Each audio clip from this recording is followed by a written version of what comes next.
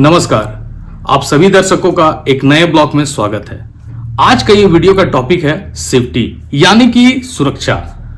आज का ये वीडियो उन लोगों को बहुत काम आ सकता है जो किसी प्लांट या कंस्ट्रक्शन साइट पे जॉब करते हैं, सेफ्टी की पढ़ाई करते हैं या सेफ्टी डिपार्टमेंट में काम करते हैं। वैसे सेफ्टी हम सब के लिए बहुत ही मायने रखता है, चाहे हम प्लांट पर हो, घर पर हो, किसी कंस्ट्रक्शन साइट पर हो, रोड पर हो या दुकान पर हो, हर जगह सेफ्टी इंपॉर्टेंट है।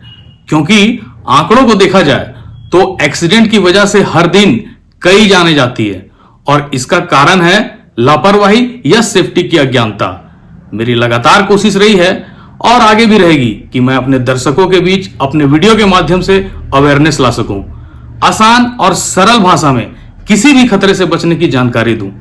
आज का ये वीडियो देखने के बाद आप कहीं भी किसी भी जगह काम करते हो, आप उस स्थान को एक नए नजरिए से देखेंगे।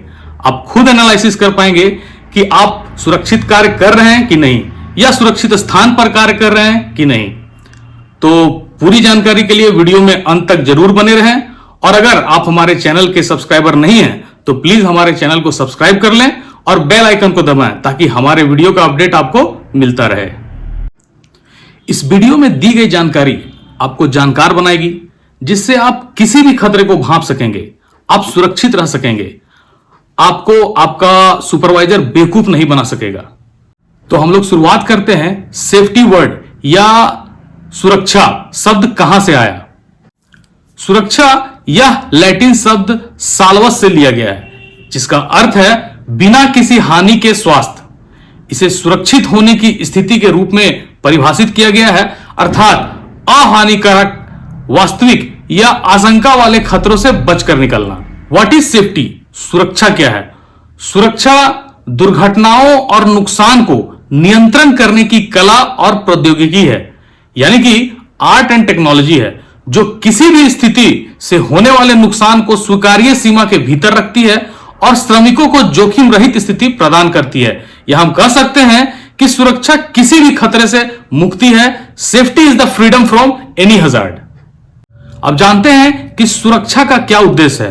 तो इसका उद्देश्य है श्रमिकों, मशीनों और मानवता को किसी भी खतरे से मुक्ति प्रदान करना, दुर्घटना और व्यावसायिक बीमारी को कम करना, औद्योगिक नुकसान को कम करना, जैसे सामग्री की नुकसान, ऊर्जा की नुकसान, समय की हानि इत्यादि, पर्यावरण की स्थिति को बनाए रखना और उसकी रक्षा करना, उत्पादकता बढ़ाना, सुरक्षा जागरूकता बढ़ाना, बेहतर पारस्परिक संबंध बढ़ाना यानी कि इंटरपर्सनल रिलेशन। जब हम सुबह अपने घर से अपने अपने कार्य के लिए निकलते हैं और पुनः शाम को पूरे परिवार के साथ हंसी खुशी शाम बिताते हैं, तो समझिए पूरे दिन सुरक्षित तरीके से काम किए। लेकिन जरा सोचिए कि अगर किसी दिन आप अपने शरीर पर कोई चोट लेकर घर पहुंचे तो घर में आपकी पत्नी, बच्चे, मां बाप, भाई बहन का चेहरा कैसे उतर जाता है। घर में सभी का चेहरा खिलखिलाता रहे, इसलिए भी सेफ्टी को जानना और सेफ्टी में काम करना अनिवार्य है। इसलिए हम चाहते हैं कि हमारा कार्य क्षेत्र चाहे कुछ भी हो, हमें सेफ्टी से ही काम करना चाहिए। अब बात करते हैं खतरा या हजार्ड के बारे में। असुरक्षित शारीरिक और यांत्रिक स्थिति मनुष्य, मशीन और पर्यावरण के साथ मौजूद है, जिसके कारण दुर्घटना होने की संभावना बनी रहती है, जिसके परिणाम स्वरूप चोट लग सकती है। इसे ही खतरा कहा जाता है। या हम कह सकते हैं कि खतरा एक ऐसी स्थिति है जिसमें किसी को चोट या खराब स्वास्थ्य, संपत्ति को नुकसान, पर्यावरण को नुकसान या इनके संयोजन के रूप में नुकसान की संभावना होती है। अब बात करते हैं घटना और दुर्घटना के बारे में। यह बहुत सारे लोगों को एक जैसा लगता होगा, लेकिन ये दोनों बिल्कुल अलग है। दुर्घटना या एक्सीडेंट, दुर्घटना एक अनडिजायर्ड, अनप्लान्ड अकरेंस है, यानी कि अवांछित, अनियोजित घटना है जो अनजाने में घटित होती है, जिसके परिणाम स्वरूप क्षति, चोट या हानि होती है। और अगर इंसिडेंट की बात करें, जिसे घटना कहा जाता है, तो घटना वह घटना है जो अनजाने में घटित हुई है, लेकिन इसके परिणाम स्वरूप क्षति या चोट नहीं हो सकती है। इसलिए हर दुर्घटना एक घटना हो सकती है, हालांकि सभी घटनाओं को दुर्घटना नहीं कहा जा सकता है।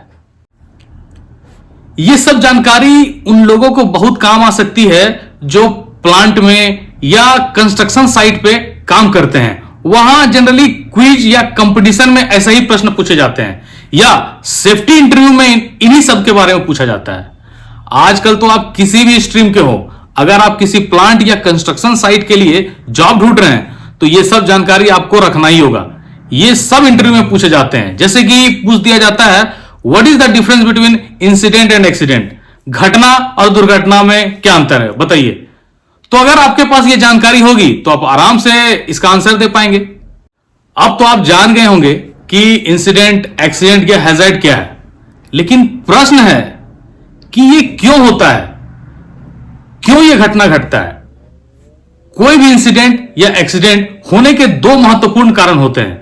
एक इमीडिएट काउज यानी कि तत्कालीन कारण, दूसरा कंट्रीब्यूटरी काउज यानी कि सहायक कारण। बस यही दो कारण हैं जिसके वजह से कोई भी इंसिडेंट या एक्सीडेंट होता है।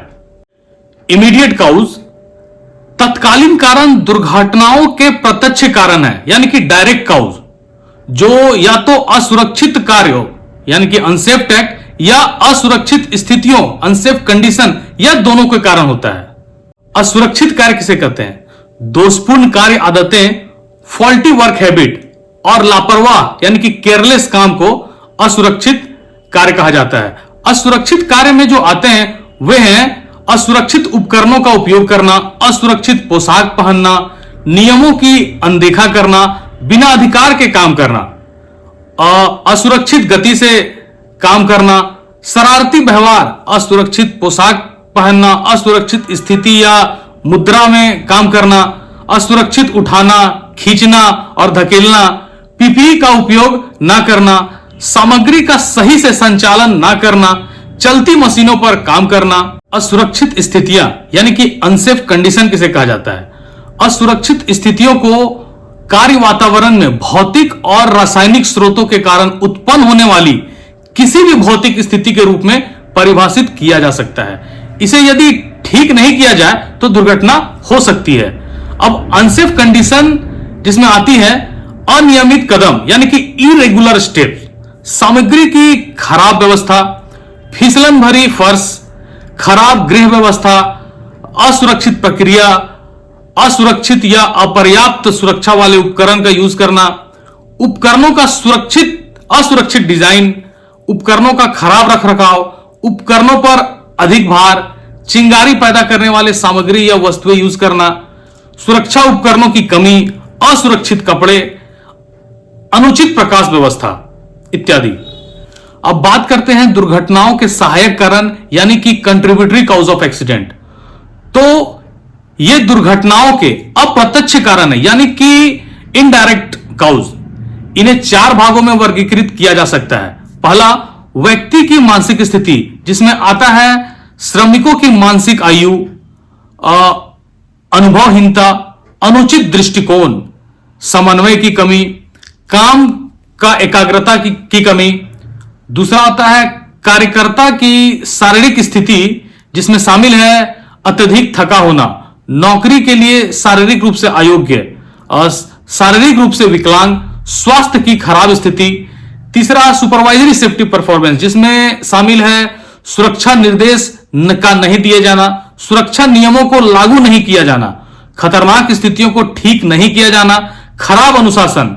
और चौथा है पर्यावरणीय कारण जिसमें शामिल है अपर्याप्त रोशनी, अपर्याप्त वेंटिलेशन, अत्यधिक तापमान, अत्यधिक शोर और कंपन, असुरक्षित कार्यगति, टॉक्सिक वातावरण, लंबे समय तक काम करना, काम का अत्यधिक दबाव।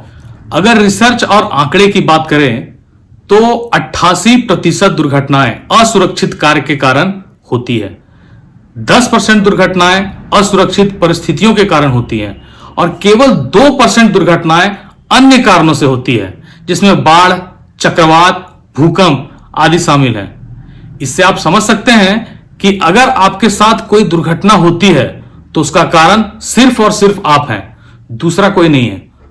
खुद को जानकार बनाकर आप 88% दुर्घटनाओं से बच सकते हैं। तो भाई जानकार बने और सुरक्षित रहें। उम्मीद है आपको वीडियो में दी गई जानकारी पसंद आई होगी।